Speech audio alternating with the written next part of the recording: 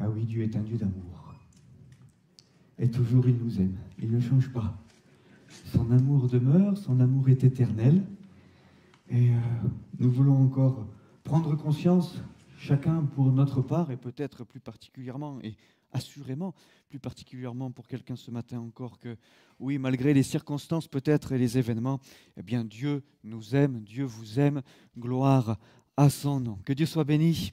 D'abord, bonjour à toutes et à tous, à celles et ceux que je n'ai pas salués tout à l'heure. Heureux de pouvoir nous retrouver ensemble. Bienvenue aussi aux amis, aux visiteurs, aux amis qui sont là peut-être pour là ou les premières fois. Que le Seigneur vous bénisse. Heureux de pouvoir partager ces moments ensemble. Et que le Seigneur encore, dans sa présence, eh bien, nous conduise, nous parle et nous fasse du bien. Gloire à son nom.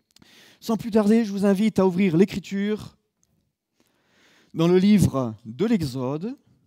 La semaine dernière, vous vous souvenez, on avait commencé cette série sur la sortie de l'Égypte et nous avions évoqué au travers du chapitre 5 ce thème, la vie, le mouvement et l'être. Et j'aimerais poursuivre avec vous, cette fois, avec ce sujet que nous ne terminerons pas aujourd'hui, peut-être dimanche prochain ou encore dans 2 dimanches, je ne sais pas encore.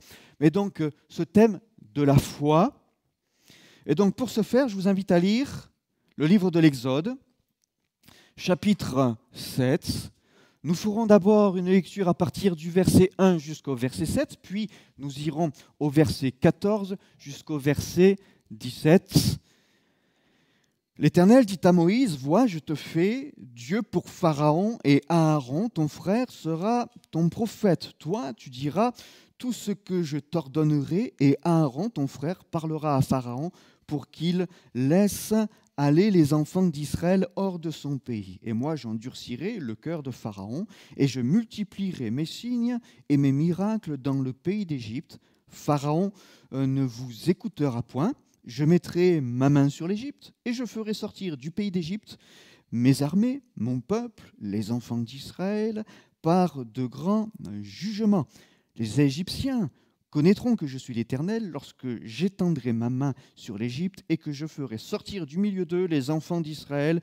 Moïse et Aaron firent ce que l'Éternel leur avait ordonné. Ils firent ainsi. Moïse, âgé de 80 ans, et Aaron de 83 ans, lorsqu'ils parlèrent à Pharaon. Verset 14. L'Éternel dit à Moïse, « Pharaon a le cœur endurci.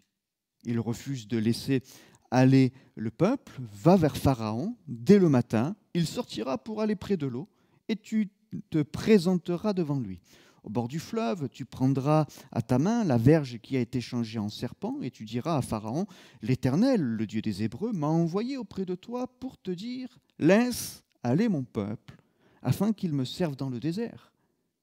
Et voici, jusqu'à présent, tu n'as point écouté. Ainsi parle l'Éternel, à ceci tu connaîtras que je suis l'Éternel, je vais frapper les eaux du fleuve avec la verge qui est dans ma main et elles seront changées en sang.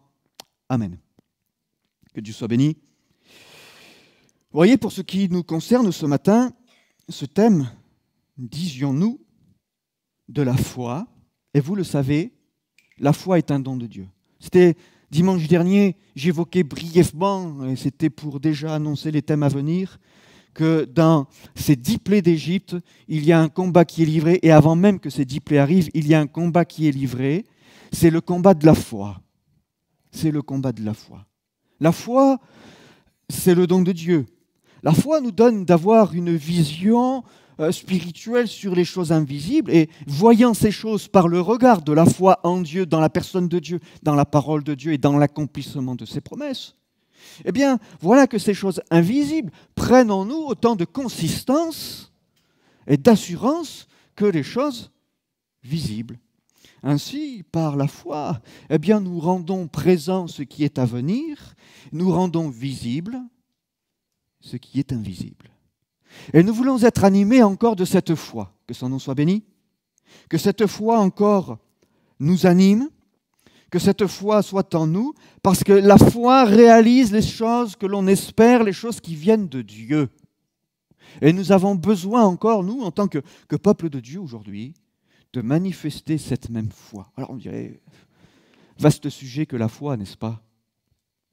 Les disciples ont bien compris aussi la grandeur du sujet qui les dépassait, la nécessité d'être animés de cette foi, et un jour ils iront auprès de Jésus et feront cette réclamation, cette requête: Seigneur, augmente-nous la foi. Augmente-nous la foi.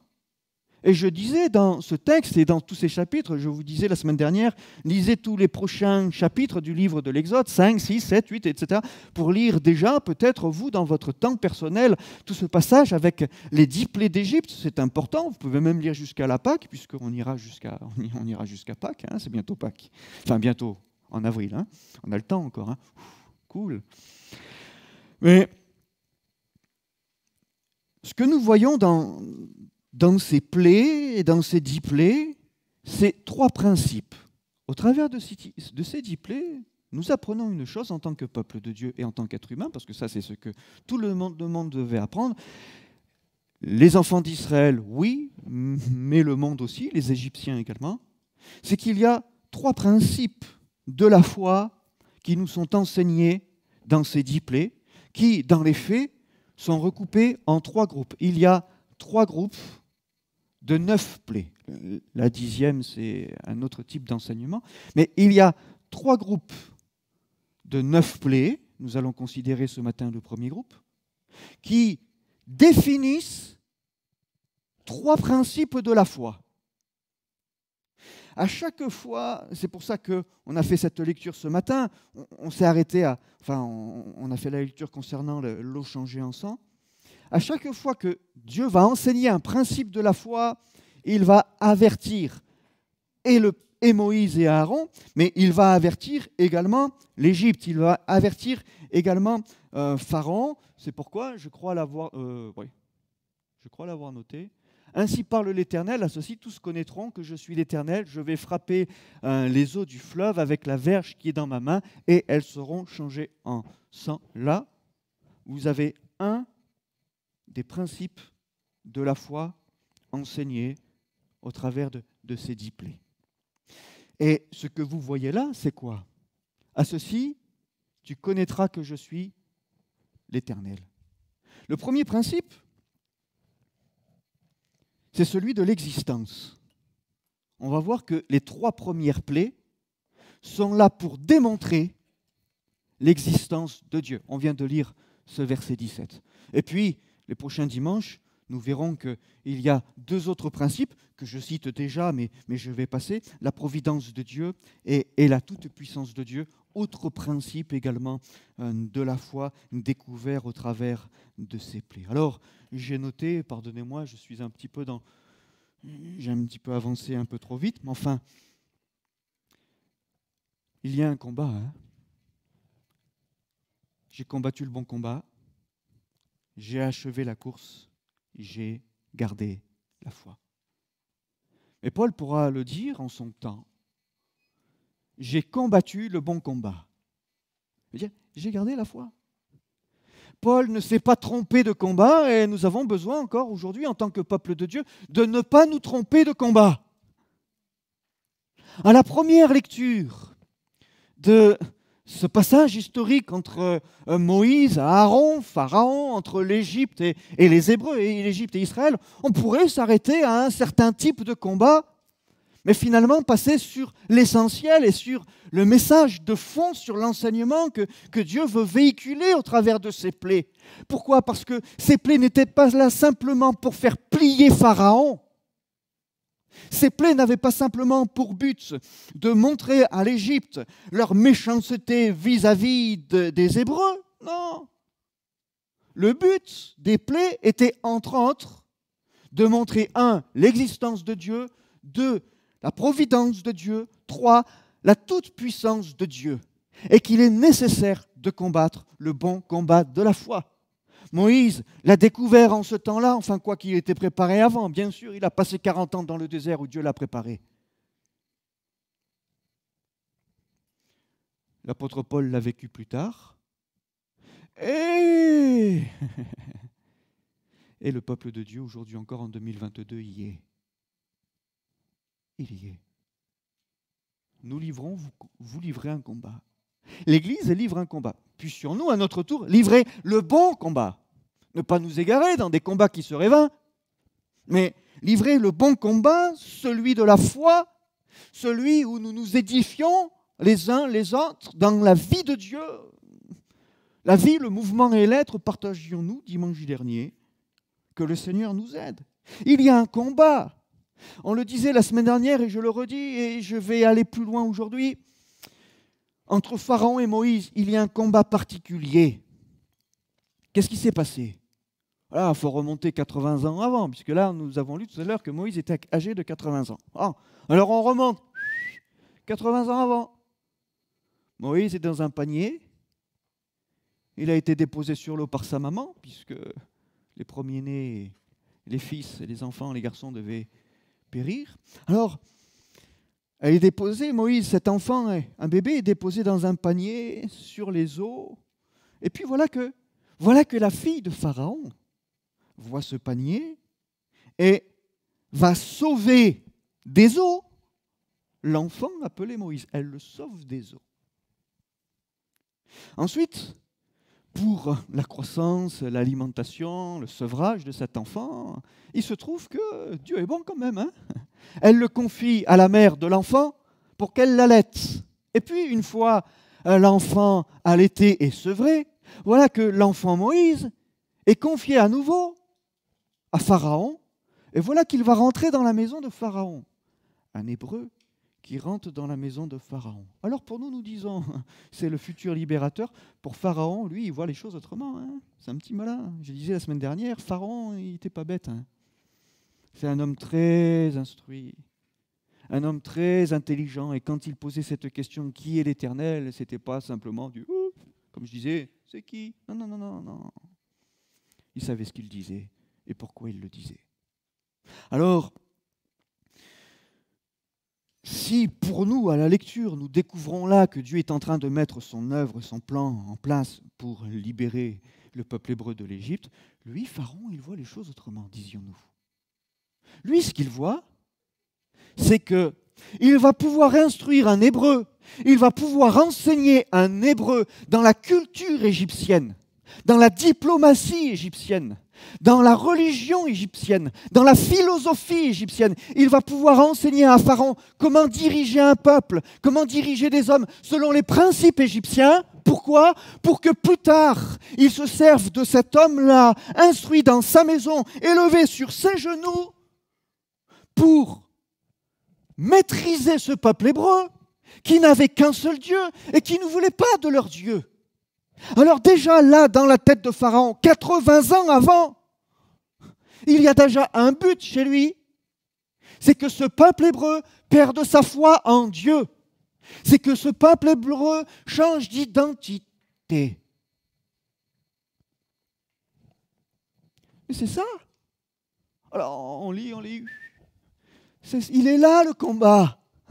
Pourquoi est-ce que Pharaon s'endurcit tant? Pourquoi a-t-il un cœur aussi dur? Pourquoi est-ce que c'est si difficile? Alors que, en vérité, dès les bâtons, le bois changeait en serpent, il aurait pu dire, ouais, bon, c'est à prendre au sérieux, on va s'arrêter là. Dieu aurait pu le convaincre direct. Non, parce que c'est pas juste le combat d'un instant, l'orgueil d'un moment, la folie passagère. Non, c'est quelque chose qu'il prépare depuis de nombreuses décennies.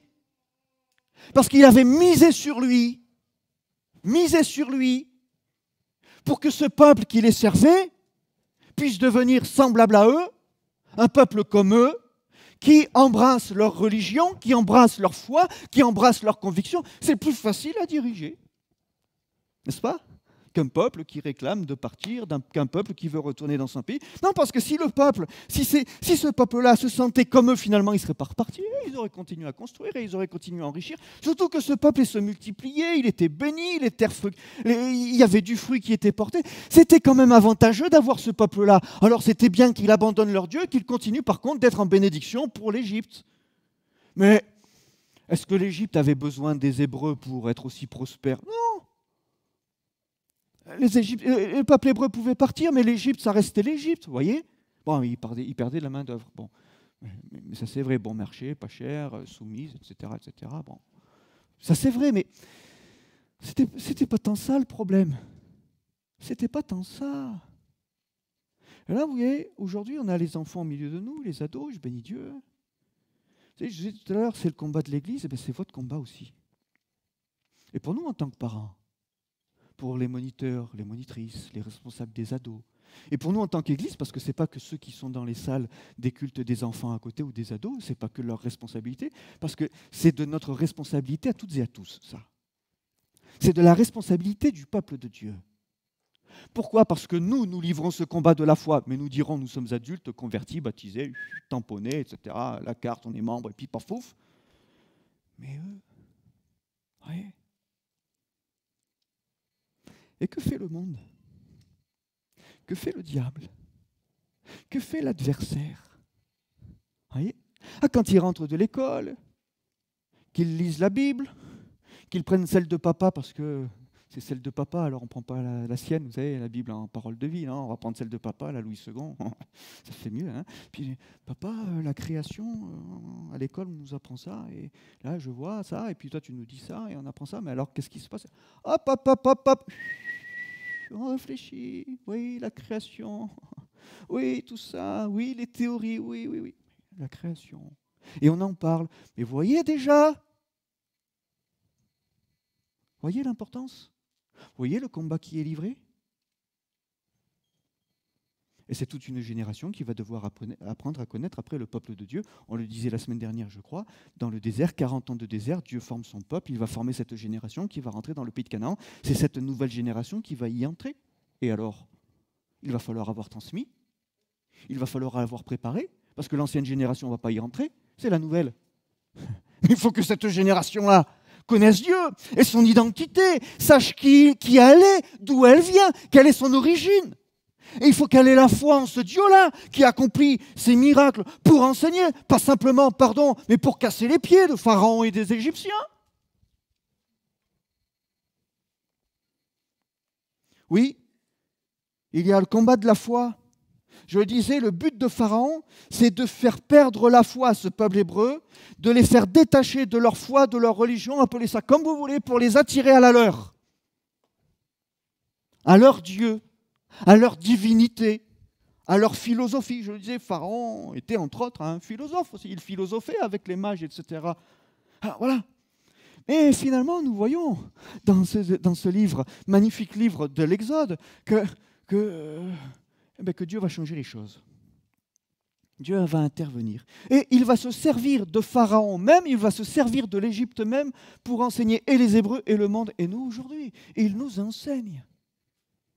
Il nous enseigne.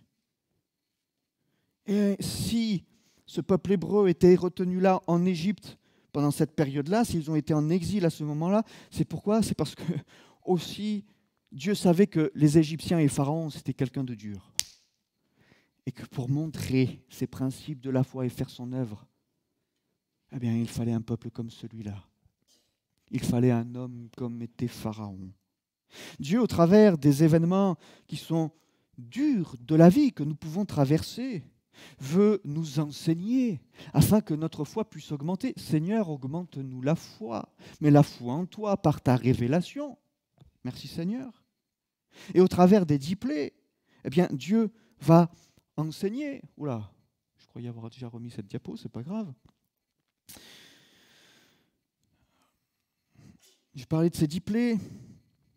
10 plaies d'Égypte que vous connaissez, on en fait des films. Vous voyez, même le monde qui n'est pas croyant, ils en font des films, ils en font des histoires pour adultes, pour enfants.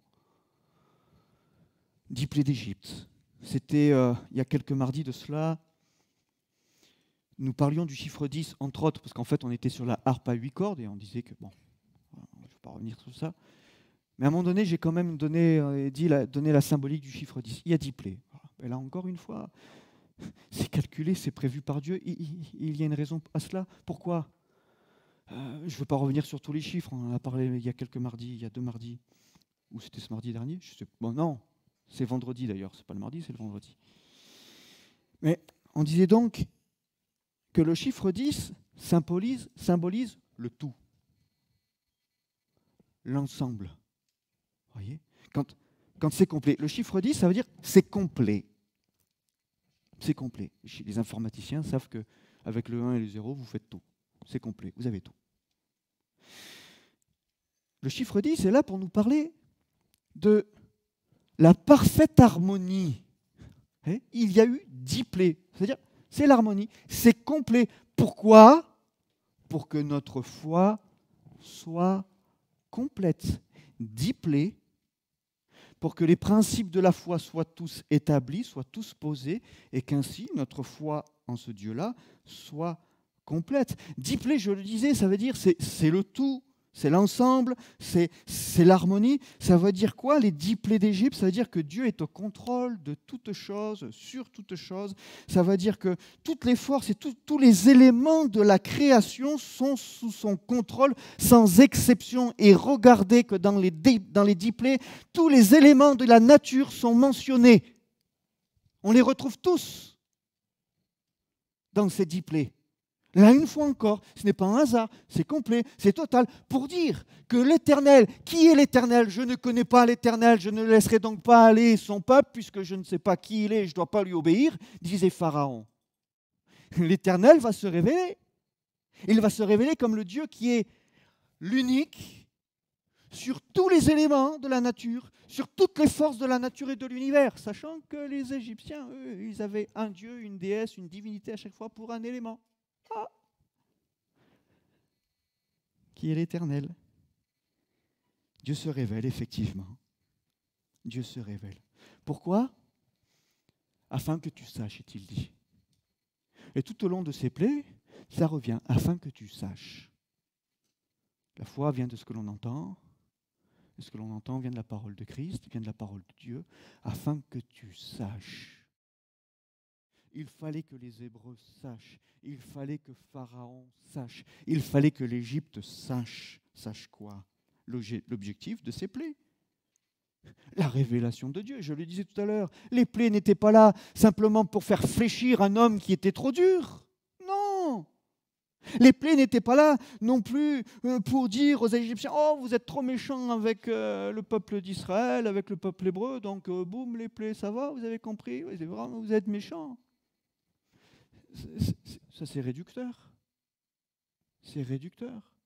Ce n'est ni simplement pour enseigner Pharaon, ni simplement pour enseigner les Égyptiens, mais c'est qu'aux yeux du monde, ces plaies, ces 10 plaies ont posé le principe de ce qu'est la foi en Dieu, que son nom soit béni, qui est l'Éternel, qui est l'être suprême, qui est le créateur du monde.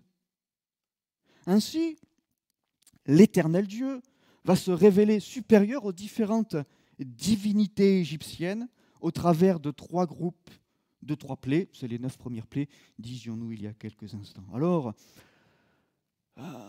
le premier groupe englobe les plaies de l'eau changée en sang, des grenouilles et des poux. Et je le disais en introduction, chaque groupe a un objectif, un principe de la foi à enseigner le monde et les Hébreux.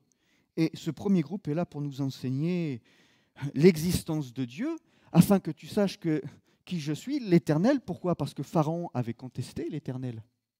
Il avait contesté. Je citais tout à l'heure, il répondit « Qui est l'Éternel pour que j'obéisse à sa voix en laissant aller Israël ?» Je ne connais point, je ne laisserai point aller Israël. Il a dit ça publiquement. Dieu va répondre publiquement.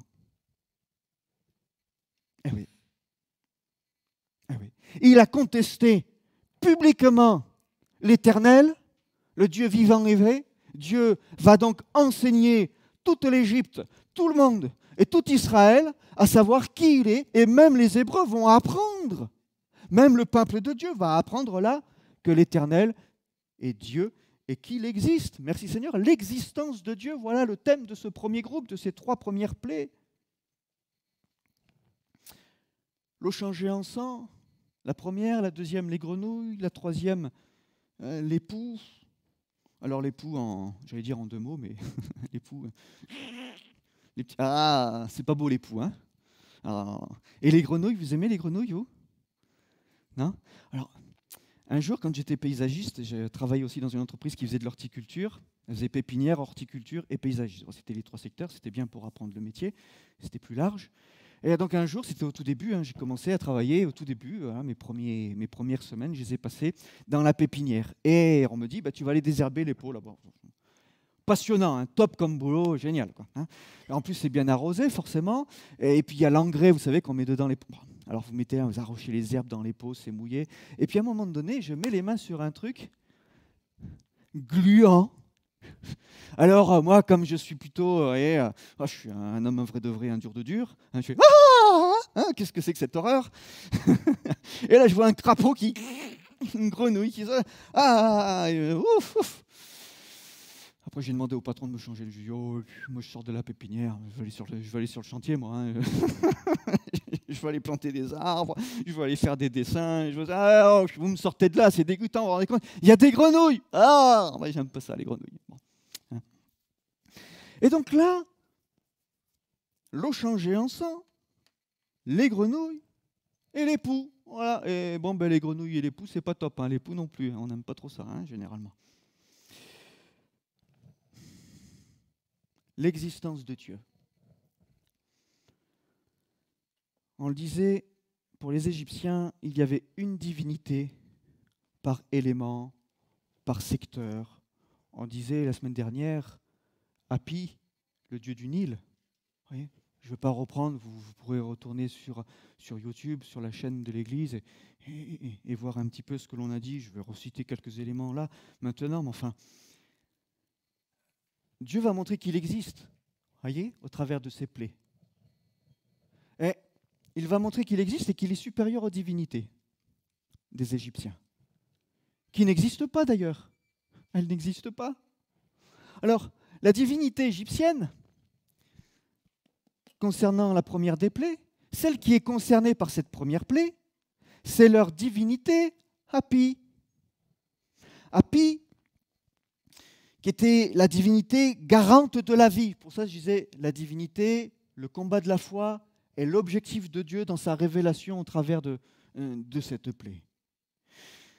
Hapi, leur divinité égyptienne, était donc le garant de la vie. Je disais la semaine dernière, il sortait avec des jarres qu'il versait dans les eaux du Nil pour que celui-ci soit abondant, que par ce geste d'avoir versé et au nord et au sud ces jarres dans le Nil, ça crée un courant avec le limon noir, que ça arrose les berges pour qu'il y ait une belle agriculture, hein, de beaux fruits et des récoltes abondantes. Bref, c'était le garant de la vie. Hapi était considéré comme le dieu de l'abondance, le dieu de la prospérité et le dieu de la fécondité. Et les Égyptiens, ils y croyaient dur comme fer, hein, incroyable. Hein. Mais ils y croyaient. Ils y croyaient. Et ils avaient construit des temples pour cela. Et ils allaient louer, ils allaient rendre des cultes, ils allaient faire des choses pour ces dieux qui n'en étaient pas, dont ils avaient fait des... Peut-être quelqu'un a regardé cette semaine, hein, sur Wiki ou sur tout l'univers, ou comment ça s'appelle, Universalis, voilà, les différentes encyclopédies, un petit peu ces divinités égyptiennes. Un petit peu bizarre, il est vert-bleu, vous voyez. Bon, il est bizarre, hein. L'eau vivifiante du Nil était à l'origine, disions-nous, de la grandeur de la civilisation égyptienne. Et les Égyptiens adoraient ce fleuve duquel dépendait forcément leur prospérité et l'abondance dans le pays. Quand Moïse et Aaron vont dire à Pharaon, ton Nil là, dans lequel tu vas te baigner tous les matins, auprès duquel tu vas aller adorer Hapi, ton Nil, ton eau, elle va être changée en sang. Ça passe moyen. Hein, parce que là, ce que nous comprenons, c'est que le Dieu des Hébreux déclare la guerre, enfin, dans les temps actuels, je fais attention, peut-être pas à propos, mais vous voyez, va combattre cette divinité égyptienne. C'est Dieu contre Hapi. Voilà. Cette première plaie avait donc pour but de démontrer que la divinité Hapi n'existait pas. J'ai le premier groupe des 3 premières plaies, c'est démontrer aux Hébreux, tout comme aux Égyptiens au monde, l'existence de Dieu. Donc Dieu va montrer que Hapi n'existe pas, mais que le seul Dieu vivant et vrai, c'est lui. C'est lui. Alors, par cette première plaie, il va démontrer l'inexistence d'Hapi, dieu du Nil pour les Égyptiens, et montrer à lui quoi ? que le garant de la vie, déjà, et le combat de la foi que nous livrons, nous, en tant que peuple de Dieu aujourd'hui, c'est que le garant de la vie, c'est pas lui, c'est l'Éternel, n'est-ce pas? Et que les enfants puissent réaliser aujourd'hui, que les ados qui sont là ce matin, et chacun d'entre nous d'ailleurs, puissions réaliser que le garant de la vie, c'est Dieu. Ce qui garantira la réussite de votre vie, ça restera toujours les enfants, les ados, la jeunesse, ça reste Dieu. Ça reste Dieu. Le monde peut vous donner des garanties, les amis peuvent vous donner des garanties, les patrons peuvent donner des garanties, les professeurs peuvent donner des garanties pour dire t'inquiète, vas-y, fonce, tu vas voir. Je te garantis, ça va y arriver. Le seul qui est garant de votre vie, de la réussite de la vie et de l'éternité, c'est l'Éternel Dieu vivant et vrai, c'est Jésus. Et alors, le but, c'est de démontrer l'existence de Dieu. Comment? Par sa volonté. Je parlais la semaine dernière de ce Dieu qui, dans ses eaux de nous, ne va dire par sa propre volonté. Voyez, il prend conscience de sa volonté et va engendrer. La première plaie, le but de cette première plaie de l'eau changée en sang, c'est de démontrer la volonté créatrice de Dieu. Voyez, pour les Égyptiens, c'était une volonté qui engendre. Et nous disions attention, parce que la vérité, c'est que Dieu crée. Il crée. Nous avons un Dieu qui crée. Ah oui, notre Dieu est bien plus grand que toutes les divinités des hommes, qui ne sont capables que de reproduire. Notre Dieu, votre Dieu, crée. Dans votre vie, il crée. Dans le peuple de Dieu, il crée. Merci Seigneur, et qu'il en soit ainsi encore aujourd'hui. Par sa volonté. Et comme ce Dieu-là a une volonté, Pharaon il dit, ah s'il a une volonté, ce serait donc la preuve qu'il existe. Parce que pour exister, il faut avoir une volonté. N'est-ce pas? Vous avez de la volonté? Dieu a de la volonté. Il veut montrer à ce peuple qu'il existe. Il va changer cette eau en sang. Et ainsi, eh bien, Dieu se révèle comme étant la personne divine, suprême et éternelle. Et puis, il révèle aussi qu'il est, oui, le garant de la vie. Il est le principe vital. Le principe vital, la vie se trouve en lui, la vie se trouve en Dieu. Et donc, il y a un combat de la foi qui se livre là, au travers de cette première plaie. Et il y a enseignement pour nous aujourd'hui. Puissions-nous livrer ce bon combat. Oui, Dieu existe. Dieu a la volonté et Dieu a une volonté pour nous. Sa volonté est bonne, agréable et parfaite. D'ailleurs, Jésus a pu dire, conscient que la volonté de Dieu est bonne, agréable et parfaite, il pourra dire dans le combat de la foi qu'il a livré lui-même, non pas ma volonté, mais que ta volonté soit faite. Et je crois que ce combat-là est livré encore pour chacun d'entre nous et pour le peuple de Dieu aujourd'hui. Non pas que notre volonté soit faite, mais que sa volonté soit faite. Il existe. Et comme il existe, c'est sa volonté que nous voulons suivre. C'est sa volonté que nous voulons pratiquer au quotidien, avant même la nôtre. Que son nom soit béni. Et là, il y a pour nous encore ce combat de la foi à livrer. Deuxième plaie, les grenouilles. Avec, vous pouvez les voir, cette divinité concernée cette fois. Tout à l'heure, c'était Hapi. Là, c'est une autre divinité qui s'appelle Eket. Voilà, Eket. Eket, selon nous dit l'encyclopédie, pour l'Antiquité égyptienne, la déesse Eket avait une tête de grenouille. Ils sont très bizarres.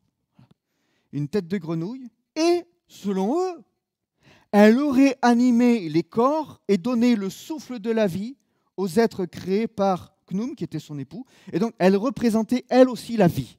Mais elle avait communiqué ce souffle pour animer les corps. C'est ça qu'a appris Moïse. C'est ça que Pharaon a appris à Moïse. Donc, quand Moïse va voir Pharaon, il dit, au nom de l'Éternel, il sort d'où ton Dieu là? Ouais, de votre peuple là, mais Moïse, souviens-toi d'Eket. T'as appris Eket. Tu connais. T'as emmené au temple, on t'a emmené ici, on t'a enseigné.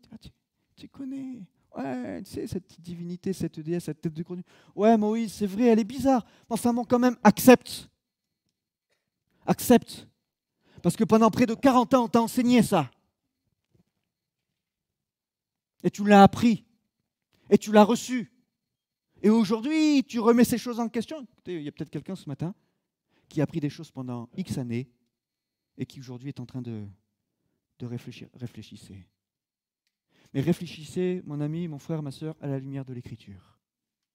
Réfléchissez à la lumière de la Bible, parce que la lumière viendra de là, la solution viendra de là, la réponse viendra de là. La réponse à vos questions, à peut-être ce que vous êtes en train de remettre en question, à tous ces enseignements que vous avez reçus pendant X temps, pendant peut-être la moitié de votre vie, et ce que vous êtes en train de découvrir aujourd'hui, appuyez-vous sur l'Écriture et sur la révélation de Dieu. Amen.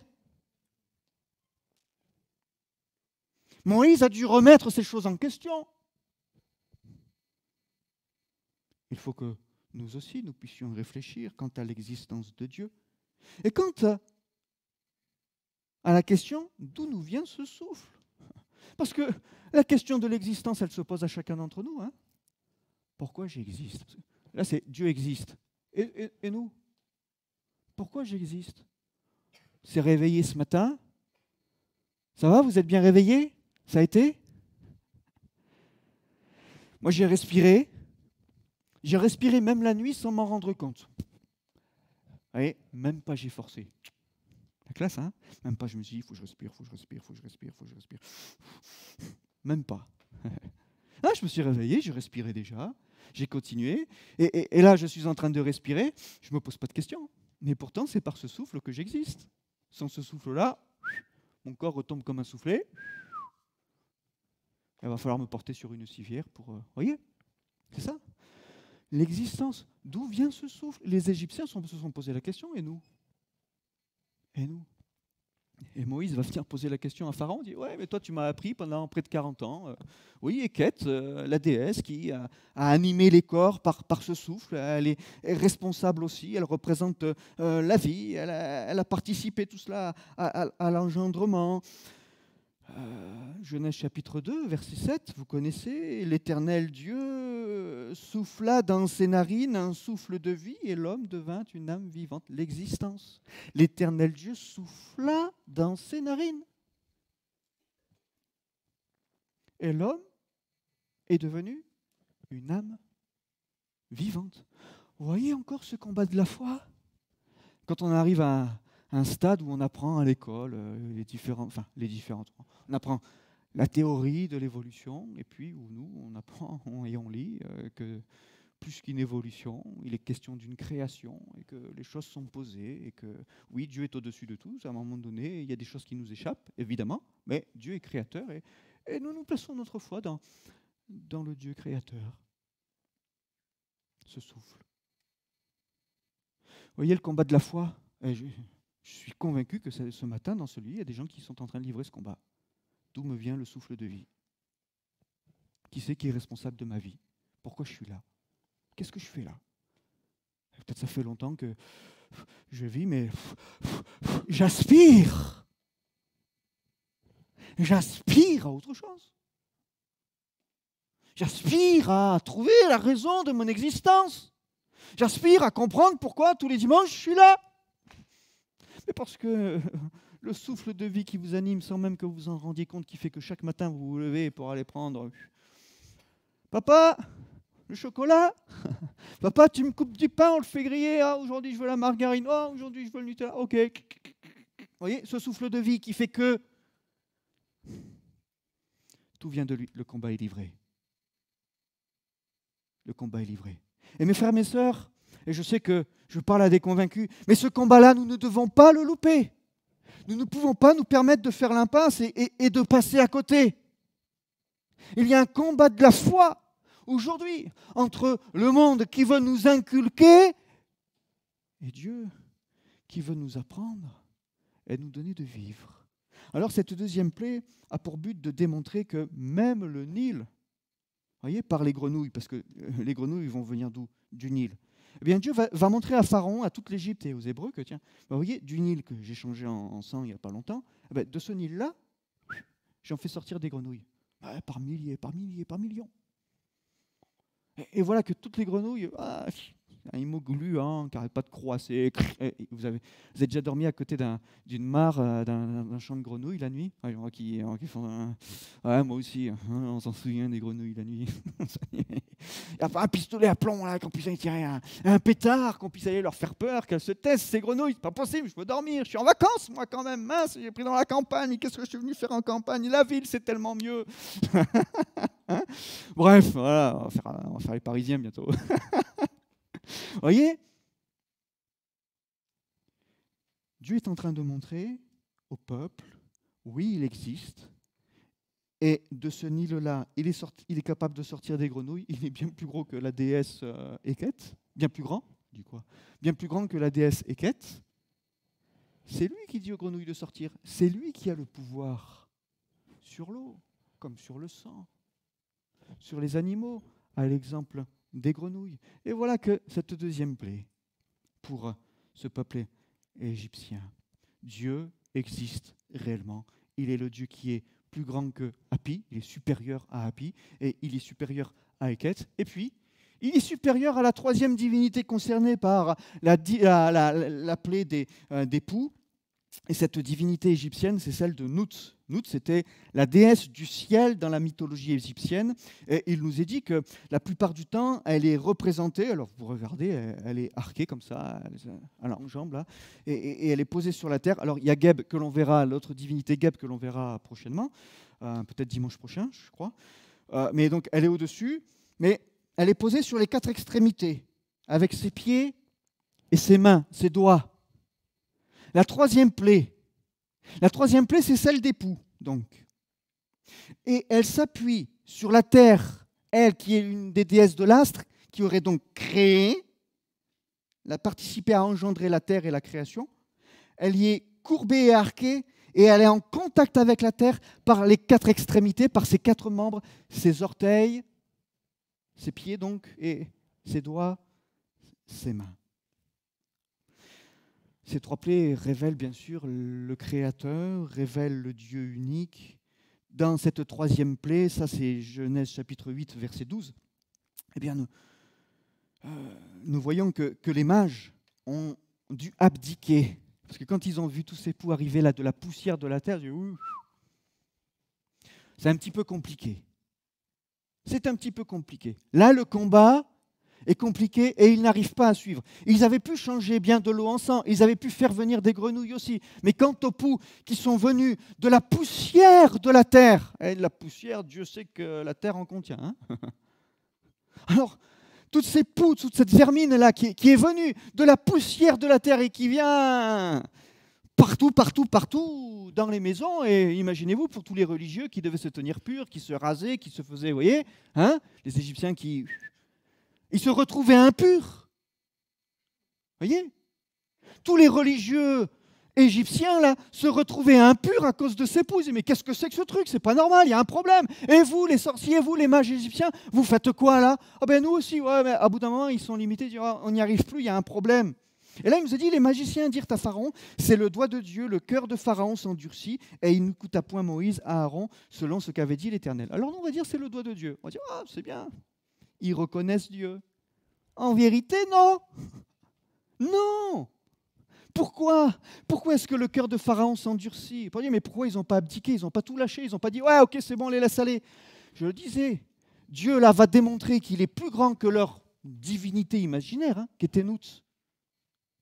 Qui donc, nous, le combat de la foi, c'est la parole de vie. La vie vient de Dieu. Hein. La vie vient de Dieu. La vie vient de sa parole. Il est l'être céleste. Nout, c'était une divinité céleste, une divinité des astres. Mais notre Dieu existe. C'est l'être céleste. Tout à l'heure, c'était volonté, suprématie, l'objectif de Dieu dans ses plaies. Et là, troisième objectif de Dieu dans cette révélation de son existence, c'est qu'il existe, il est bel et bien l'être céleste supérieur à l'imagination des hommes qui ont façonné une déesse, Nout. C'est le doigt de Dieu. Alors si on ne prête pas attention, on va dire, ben, c'est bien, ils disent que c'est le doigt de Dieu qui agit. Ils ont compris. Mais non. Pourquoi? Parce que là, ils vont dire, c'est le doigt de Dieu. Entre guillemets, ça va, c'est pas grand-chose. Pourquoi? Parce que nous, tête, elle a ses 10 doigts et ses 10 orteils qui sont en contact avec la terre. Donc, c'est le doigt de Dieu qui a posé sa main sur la terre, un doigt, et qui a fait de cette poussière sortir des poux. Mais, ça va, restons tranquilles, restons sereins, les gars. C'est bon, nous, tu as les 10 doigts et les 10 orteils.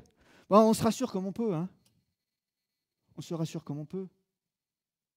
Mais quand ils disent c'est le doigt de Dieu, c'est pas bon signe, en vrai. C'est pas bon signe. Pour eux, pour nous, nous comprenons. Évidemment. Mais ça veut dire quoi? Ça veut dire qu'il nous faut livrer encore ce combat, qui nous attache à quoi?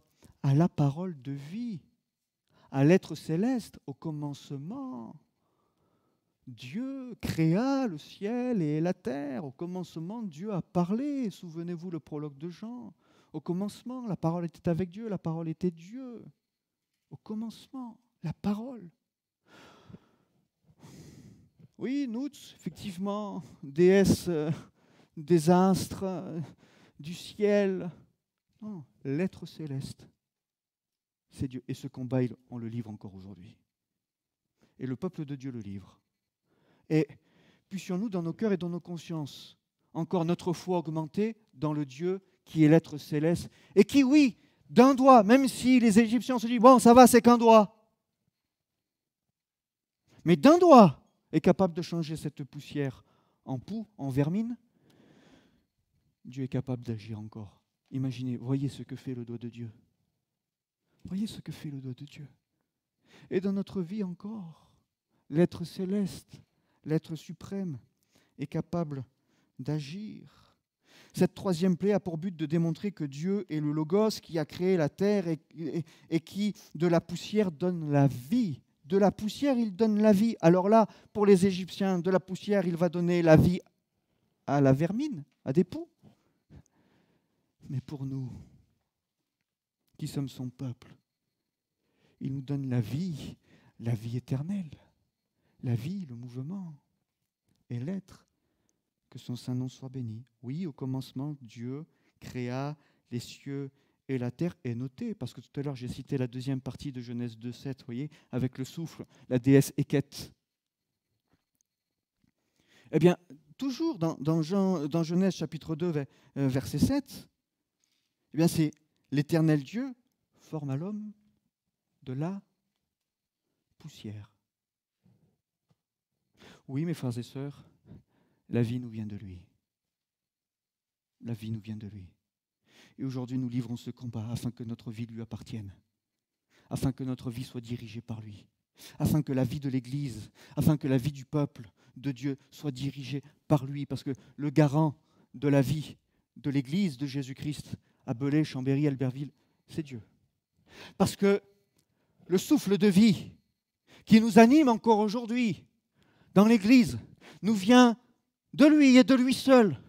Parce que la parole de vie qui nourrit le cœur de l'Église, qui conduit l'Église, nous vient de lui. Amen. Et ce combat est livré encore aujourd'hui, des milliers d'années après.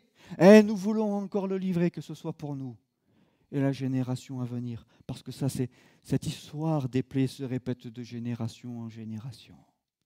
De génération en génération. Et notez combien de fois dans l'Ancienne Alliance il est question des générations.